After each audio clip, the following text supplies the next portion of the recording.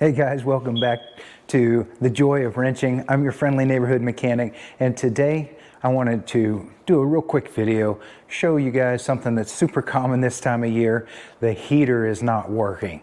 So we have here a 2013 Hyundai Santa Fe, and customer complaint is that the heater isn't working.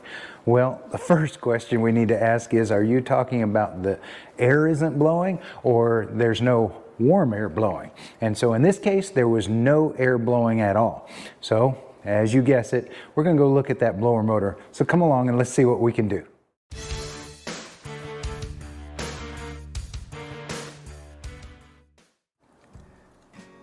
Here we are inside the 2013 Hyundai Santa Fe that has no heat. The obligatory blanket here. We're gonna fix it so they don't have to worry about having that anymore. So I'm gonna turn the car on. Let's see what it's doing. So just gonna put it in the on position so that we can get, key fob's a little dead.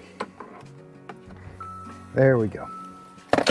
So let's see if we hear any blower motor action going on. Once this thing boots up here, we'll go ahead and make sure that the blower motor is turned on, and we'll come underneath the dash over here, which is where it lives obviously, and we'll see what's going on with it. So here we have that fan speed is turned on, should be blowing, and we're not hearing anything. So I'm going to set that speed a little high.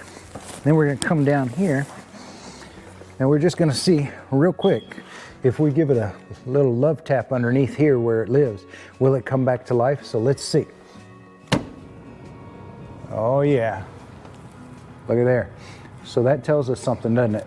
That tells us we just got a bad connection down there. So let's go down there and see what we can do. So we got a bad connection on our blower motor down here underneath the passenger side dashboard. And so I want to show you how to get this little panel and that blower motor out if you have to. Come under here and you'll see that there's a panel right here that's underneath the blower motor. The blower motor sits right up underneath this thing. And it's held in by a couple of screws. You can either use a wrench on it, or it's got a nice Phillips head. So there's one in each corner. So we'll remove those here. We can get you in here to see what's going on. So we'll buzz that screw out and then come over to this side and get this one. There we go. All right, and then this just pulls straight out. We'll get it out of the way here. Let's take a look up underneath there, see what we got to work with. Okay. Oops, sorry about that. So here's our blower motor, and so as we saw, we were able to give it a little love tap and got it going again. So either we've got a bad connection here where this plugs into it, or maybe sometimes there's a little bit of goo inside of the motor itself that just needs to be cleaned out. So we're gonna troubleshoot that just a little bit. All right, so doing a little bit of troubleshooting. I've got the car on, I've got the blower motor on low, and I can feel this blower motor is working, but it's got like a, maybe you can hear that. Let me see if I can get this microphone any closer. Hear that? It's kind of got like a thumping, a real soft thumping sound inside of it. Sometimes that can be some trash caught up inside of there. It also could be that the bearings inside of here are starting to get worn out and flat spot. But troubleshooting wise, just kind of wiggle your connector here and see if it turns on and off. I'm wiggling the heck out of this thing and there's nothing turning off and on with that. So there's not a problem with our connector, and I can feel something going on inside the motor. So the problem is with the motor. So let's go ahead and drop that. To unplug this thing, you're going to have to pinch it on the sides, and you're going to have to squeeze it really hard for it to release. See this connector here, you've got to really squeeze this in order for it to release that clasp.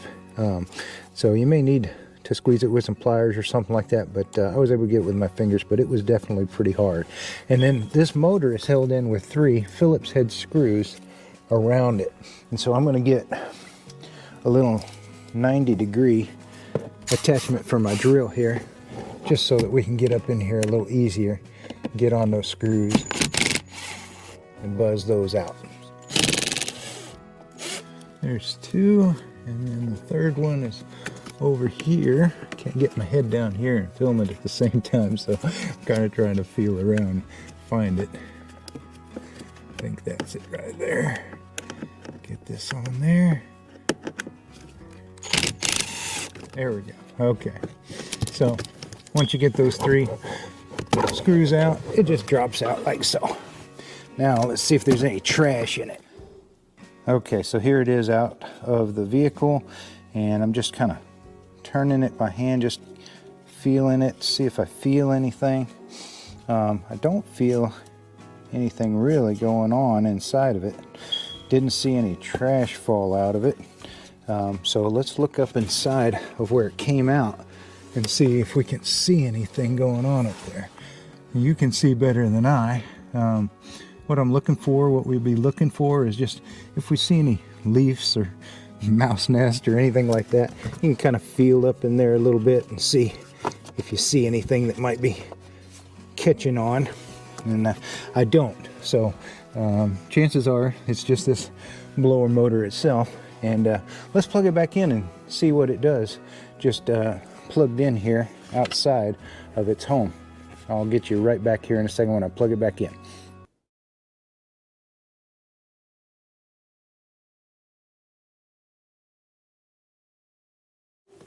So just for funsies, I've got her plugged in here, and we'll go ahead and start this thing back up.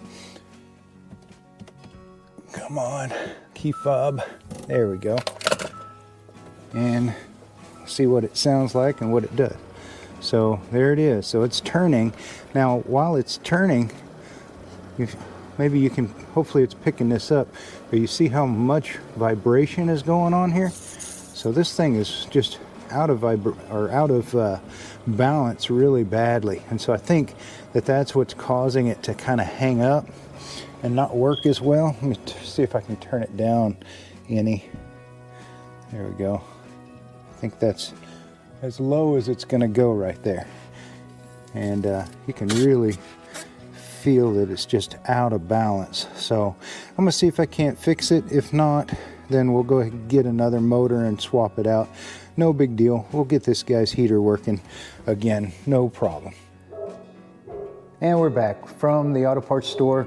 We went ahead and got us a replacement for our burned up one here, and as you can see, they look the same. You just want to compare bolt patterns, you want to compare connectors, you want to compare where the little vent blower goes, and just make sure that it looks the same as the one that you removed.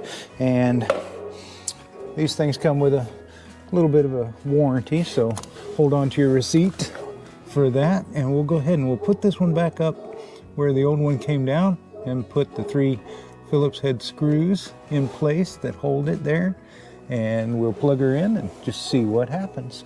I'll bring you back as soon as I get that done, because I'm going to need both hands. Okay, so we got this one back up in place, again held on with 3 little Phillips head screws. The new one has a bit of an extension here, but it plugs into the cord just the same, so just tuck that back up out of the way, and we'll put the belly pan back up here. Got it running right now. It's running good. No more hang-ups, no more problems. So we can put this little protective cover. It goes back there and stabs into a couple of little doohickeys in the back, and then it will come up here to the front just like so, and then we'll put our 2 Phillips head screws back in to hold it in place. So there you go, guys. Simple as can be.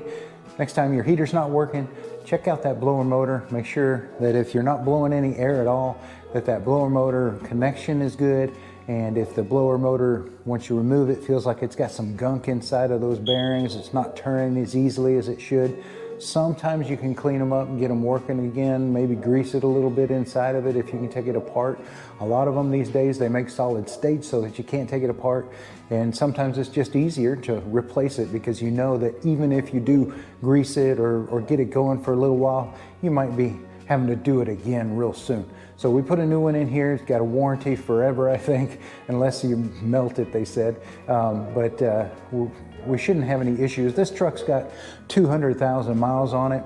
That 2-3 year warranty or whatever on that part is not going to be a problem. And so hopefully you guys learned a lot from this. I gave you a few tips on, how to chase these things down.